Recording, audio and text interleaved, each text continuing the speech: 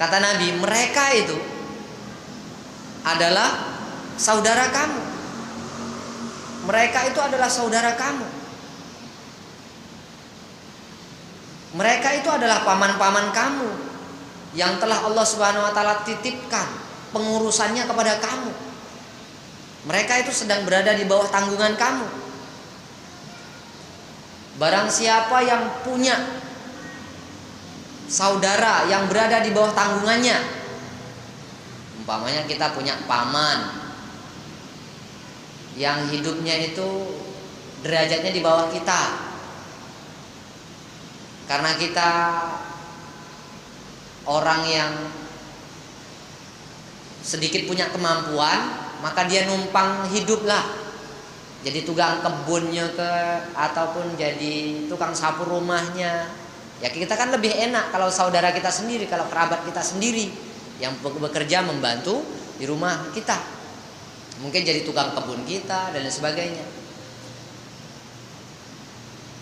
Jadi kata Nabi, apabila keluarga kamu, saudara kamu masih berada dalam pengurusan kamu, maka hendaklah dia itu diberi makan seperti apa yang kamu makan.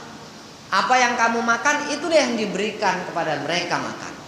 Apa yang kamu pakai itulah yang mereka pakai. Itulah pakaian yang kamu berikan kepadanya. Dan jangan kamu bebani dia dengan satu pekerjaan yang pekerjaan itu menyebabkan dia susah, menyebabkan dia ini tidak mampu mengerjakannya. Kalaupun memang harus dibebankan juga kepada dia, maka hendaklah ditunjuk ajarkan ataupun dibantu bagaimana agar dia bisa menyelesaikan tugasnya. Kalau kita tidak berbuat seperti itu, maka sifat jahiliyah masih ada dalam diri kita.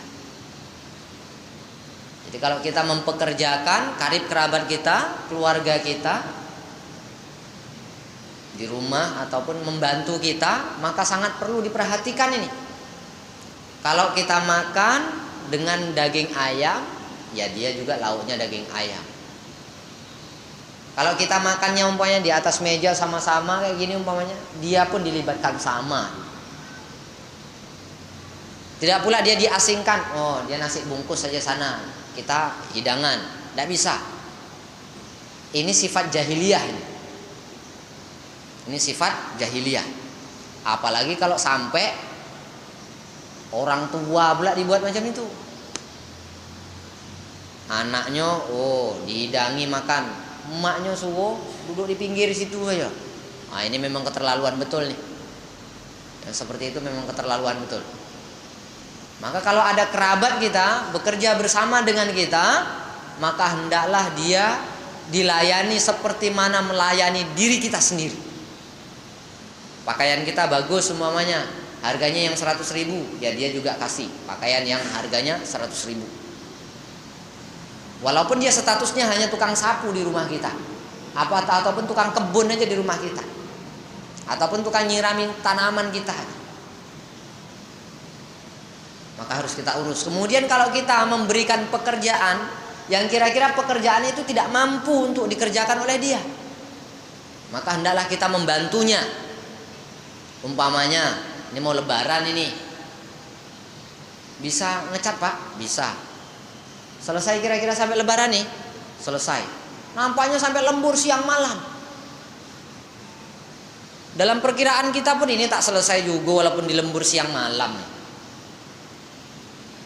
Maka kita bantu dia, walaupun tidak dengan tangan kita sendiri, kita tambah pekerja yang lain agar tugas yang diberikan kepada dia bisa selesai.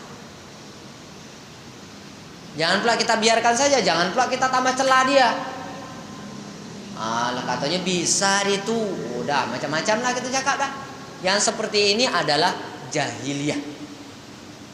Jadi sifat-sifat jahiliyah itu seperti itu modelnya.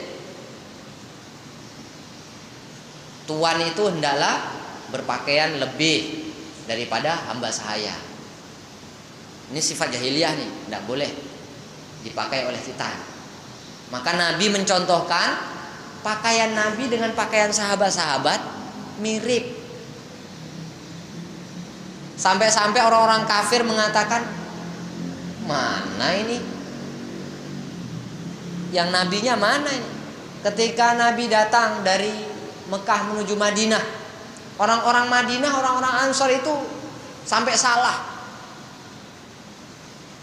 Yang dianggap Nabi oleh mereka itu adalah Abu Bakar, karena tampang Abu Bakar itu lebih setel daripada Nabi. Wah, ini lebih cocok jadi Nabi. Rupanya salah. Ketika Nabi duduk, Abu Bakar memayungi Nabi. Barulah orang-orang Madinah tahu bahwa tahulah orang-orang Ansor bahwa yang Nabi itu yang duduk. Itu rupanya kawannya, sahabatnya. Jadi kalau dari segi pakaian, Nabi itu mirip dengan sahabat.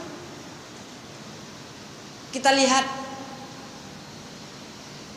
dalam satu riwayat diterangkan bahwasanya suatu ketika Nabi meninggalkan istrinya selama 1 bulan di tempat pengasingannya. Maka Umar minta izin, seperti yang saya ceritakan minggu yang lalu. Minta izin. Begitu Umar dapat izin, tengok di rumah Nabi, di rumah pengasingan Nabi itu tidak ada apa-apa. Waktu itu Nabi berbaring, sehingga di belakang punggungnya itu membekas.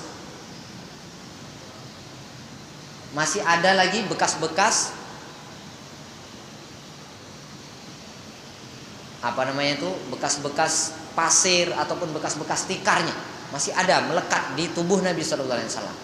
Sehingga Umar radhiyallahu anhu mengatakan, ya Rasulullah, Raja Persia, Raja Romawi yang kafir seperti itu saja hidupnya mewah.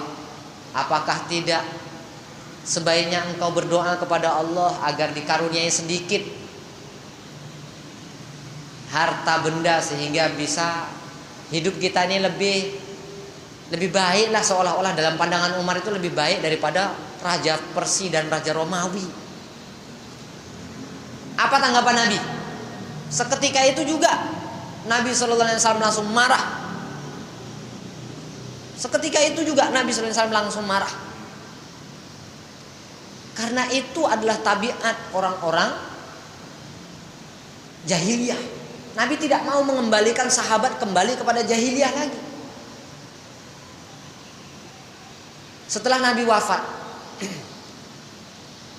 di zaman Umar radhiyallahu anhu, bagaimana ketika Umar radhiyallahu anhu datang ke Palestina dengan tambalan 11, dengan baju yang bertambah 11. Karena dalam cerita-ceritanya orang Yahudi, yang bisa mengambil kunci Baitul Maqdis itu akan diserahkan kepada orang yang pakaiannya itu 11 tambalannya. Ketika datang bersama dengan Aslam, mereka bergantian. Umar kadang-kadang naik kendaraan, kadang-kadang Aslam naik kendaraan, Umar berada di bawah. Sehingga orang-orang pun bingung, mana yang Amirul Mukminin ini, yang presidennya di mana? Orang-orang itu melihatnya bingung, mana nih kok sama aja. Kadang naik di atas, kadang dia turun. Kadang Umar berada di atas, Aslam di bawah. Kadang Aslam di atas, Umar turun. Sampai-sampai sahabat Nabi yang lain memprotes keadaan Umar yang begitu datang. Umar, Amirul Mukminin, kita ini mau menghadap orang yang terhormat dari kalangan orang-orang Yahudi, masa pakaian kamu kayak gini? Maka Umar pun marah ketika itu. Kita ini dimuliakan bukan dengan pakaian kita. Kita dimuliakan oleh Allah Subhanahu wa taala. Umar ini dimuliakan oleh Allah Subhanahu wa taala karena Islam kita. Umar tuh tidak mau balik kepada jahiliyah yang beda, berkasta-kasta. Ini ya tanpa disadari kita kadang-kadang melakukan kezoliman dengan kembali kepada jahiliyah. Oh, pakaian imam mesti lain, paling tidak harganya 3 juta 4 juta. Tidak. Imam dengan makmum sama. Pakaiannya sumbernya dari jalan yang halal dan thayyib, yang baik. Jangan pula macam-macam lah, kan. Oh, serban imam itu paling minimal 3 juta atau 5 juta. Oh, enggak, tidak perlu ya seperti itu. Itu model-model jahiliyah. Kita tidak mau kembali kepada itu. Dan Nabi SAW sudah mengingatkan kepada Abu Dzar radhiyallahu anhu. Model yang seperti itu adalah model jahiliyah. Sampai-sampai Abu Dzar mengatakan, aku ini kan sudah tua nih. Maksudnya sudah lama jadi orang Islam. Sudah tua macam ini bisa balik juga ke jahiliyah. Iya, kalau kamu tidak merubah model kamu ini. Makanya Abu Dzar ketika bersama dengan pelayannya, ketika bersama dengan hamba sahayanya, pakaiannya sama, mirip, walaupun orang protes. Jadi Abu Dzar pun diprotes. Nabi diprotes, Umar juga diprotes, Abu Dzar juga diprotes. Pemimpin kita pun sekarang seperti itu. Kalau umpamanya pakaiannya itu sama aja dengan bawahannya, tidak ada beda, oh, orang pun akan protes. Karena setan itu berusaha mengembalikan manusia itu balik lagi kepada jahiliyah. Model-model jahiliyah itu balik lagi. Itu kehendak setan. Nanti kalau sudah balik lagi ke jahiliyah, ya model orang jahiliyah pun akan berlaku di kalangan kita. Mudah manusia akan dibohongi dengan tipu daya setan sehingga menyembah selain daripada Allah Subhanahu. Jadi ini jangan sampai kembali juga di zaman saya, di zaman kita ini model-model jahiliyah. Jadi diusahakan betul-betul, saya pesan, karena ini termasuk kezaliman. Kalau kita mempekerjakan di kalangan keluarga kita, kerabat kita, tolong perlakukan dia. Perlakukan dia sama dengan memperlakukan diri kita sendiri. Apa yang kita makan, kasih dia makan. Apa yang kita pakai, itu yang dipakai. Fasilitas apa, umpamanya tidur, kamar kita, umpamanya kasur kita tuh empuk, dia pun jangan dikasih tilam yang 100.000 atau yang 200.000. Kalau kita harganya yang berjuta, dia pun kasih yang berjuta. Kalau tidak, kita termasuk masih ada sifat dalam hati kita nih, dalam diri kita nih, sifat jahiliyah. Ini kalau kerabat kita, kalau dia pembantu, kalau dia orang lain, ya tidak ada hubungan kekeluargaan, itu masih ada rukhsah juga, pertimbangan. Masih ada pertimbangan. Tapi kalau dia dari kalangan keluarga kita, maka kita layani dia seperti mana melayani diri kita sendiri. Dalam hadis yang lain, Nabi SAW juga telah mengkhabarkan bahwa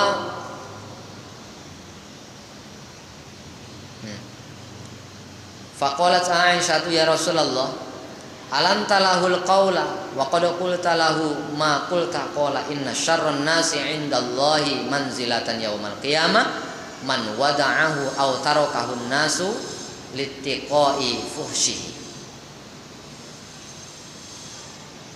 Suatu ketika Nabi SAW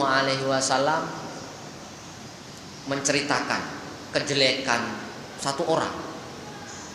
Dia ini orangnya gini, sering berbuat keji. Nabi tahu ini, keadaan orang yang tahu betul. Sudah diceritakan.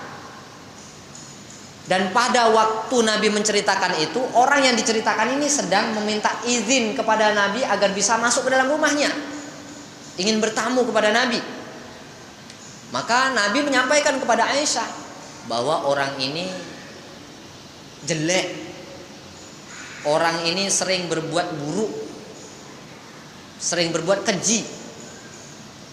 Tidak lama kemudian setelah Nabi menyampaikan kepada Aisyah seperti itu, maka Nabi pun menyambut orang itu, silakan masuk. Sudah tamu ini pergi, maka Aisyah pun tanya kepada Nabi, ya Rasulullah, engkau tadi sudah mengatakan bahwasanya orang ini gini. Kenapa pula kau berlembut betul dengan dia? Maka Nabi SAW mengatakan, Inna syarron nasi indallah manzilatan yaumal qiyamah man wada'ahu aw tarakahun nasu littiqai fuhsyihi. Sejelek-jelek, seburuk-buruknya manusia di sisi Allah pada hari kiamat nanti adalah orang yang ditinggalkan oleh orang lain karena ingin menghindari keburukannya. Jadi kata Nabi SAW, orang yang paling jelek pada hari kiamat nanti, kedudukan orang yang paling tak elok di hari kiamat nanti di hadapan Allah Subhanahu Wa Taala adalah orang yang ditinggalkan oleh manusia. Sebab ditinggalkan oleh manusia itu karena dia ini suka berbuat buruk, suka berbuat keji. Namun ketika dia datang kepada kita, orang buruk, orang yang berbuat keji, umpamanya dia tak ada kawan umpamanya kan, karena ditinggalkan oleh manusia. Suatu ketika dia datang pula ke tempat kita, maka Nabi mengajarkan layanilah dia dengan sebaik-baiknya. Usah pula kita bercakap kasar, karena Nabi mencontohkan dengan berlemah lembut. Nabi berbicara dengan sopan santun. Walaupun dia ini sudah diketahui oleh Nabi orang yang buruk, orang yang keji, semua orang menjauhi dia karena kekejian, karena takut terhadap keburukan yang dilakukannya. Tapi Nabi mencontohkan ketika orang itu datang ke rumah kita, layani dengan baik. Bukan kita pula petenteng-petenteng, dikau, bukan macam itu. Bukan pula kita balik marah kepada dia, tidak. Tapi Nabi mencontohkan dengan berlemah lembut kepada orang itu. Mudah-mudahan Allah Subhanahu wa taala berikan kepahaman kepada kita untuk menjalankan kehidupan ini sesuai dengan tuntunan Allah dan Rasul. Subhanakallahumma wa bihamdika asyhadu an la ilaha illa anta astaghfiruka wa atubu ilaik. Assalamualaikum warahmatullahi wabarakatuh.